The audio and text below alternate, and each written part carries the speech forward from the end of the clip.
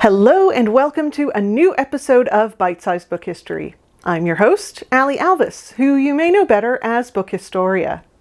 I'm a book historian and rare book cataloger at antiquarian book dealer Type Punch Matrix. Books come in a variety of shapes and sizes, as you've seen in my previous videos. In general, they're pretty sturdy things made to last. So today, I'm going to talk to you about books that are here for a good time, not a long time. Chapbooks. The prefix chap in chapbook is derived from the Old English word for cheap. The early word origin gets at the chapbook's long history. Starting in the later Middle Ages, itinerant merchants called chapmen roamed from town to town, selling inexpensive household items like needles and thread, as well as chapbooks. Chapbooks were short little printed works, usually pocket-sized, that most often lacked a stiff binding. No fancy leather boards for these guys. And if you're curious, the British term chap, as slang for a man or boy, comes from a nickname for these chapmen.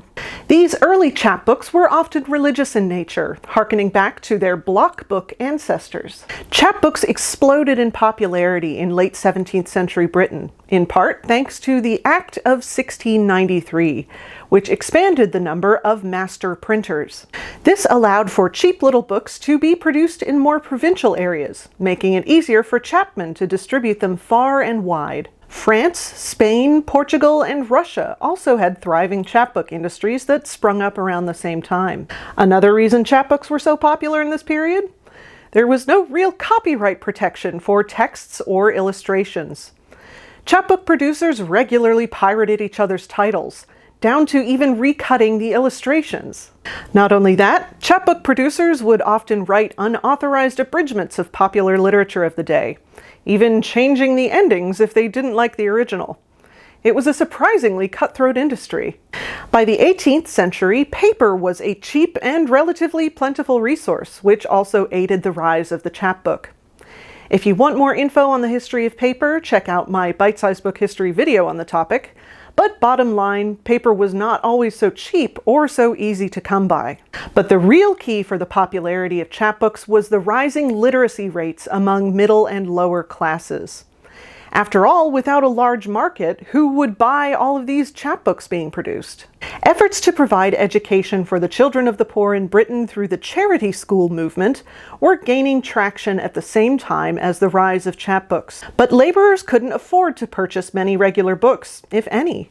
Chapbooks, which were commonly only 8 to 12 pages long and featured prices starting at a penny, answered the demand of affordable reading material.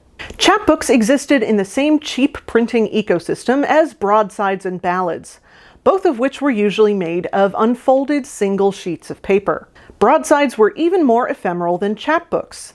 They were often advertisements or posters, and were sold on the street at various events ranging from fairs to executions. Broadsides were also used for proclamations and to communicate political information. For instance, the Declaration of Independence made its first print appearance as a broadside. Philadelphia printer John Dunlap produced around 200 copies of it on the night of July 4th, 1776. And it was distributed across the young United States. There was a lot of content crossover between chapbooks and broadsides, and printers who produced one often also produced the other. For many, chapbooks are most familiar as children's literature.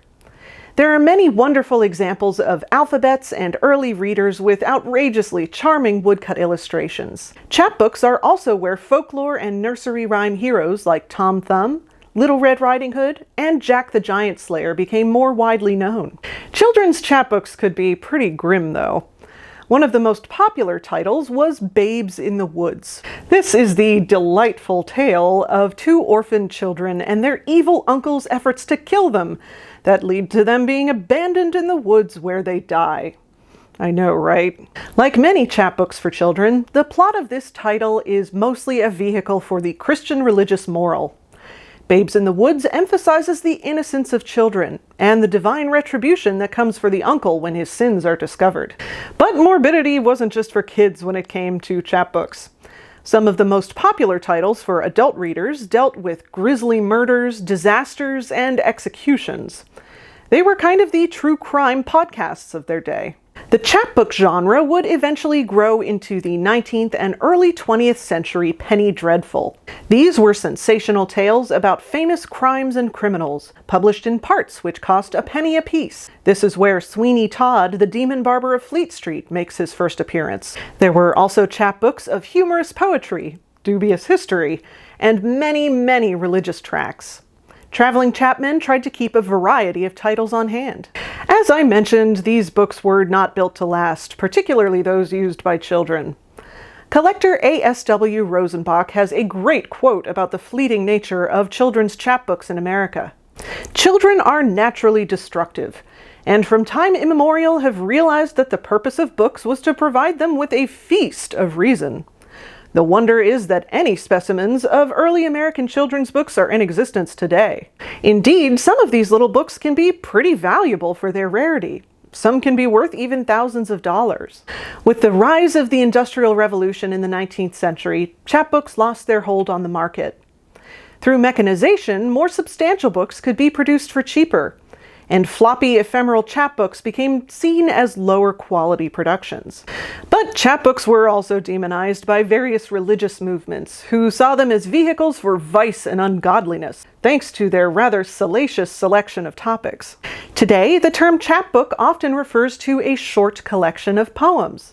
These modern chapbooks may be first steps in the careers of poets, or limited collector's editions that sell for a pretty penny. It could be said, and I agree, that zines are the modern successor to chapbooks. Cheaply produced, affordable, and often created by counterculture or communities outside quote-unquote highbrow literature, it's easy to see how zines carry on the chapbook flame.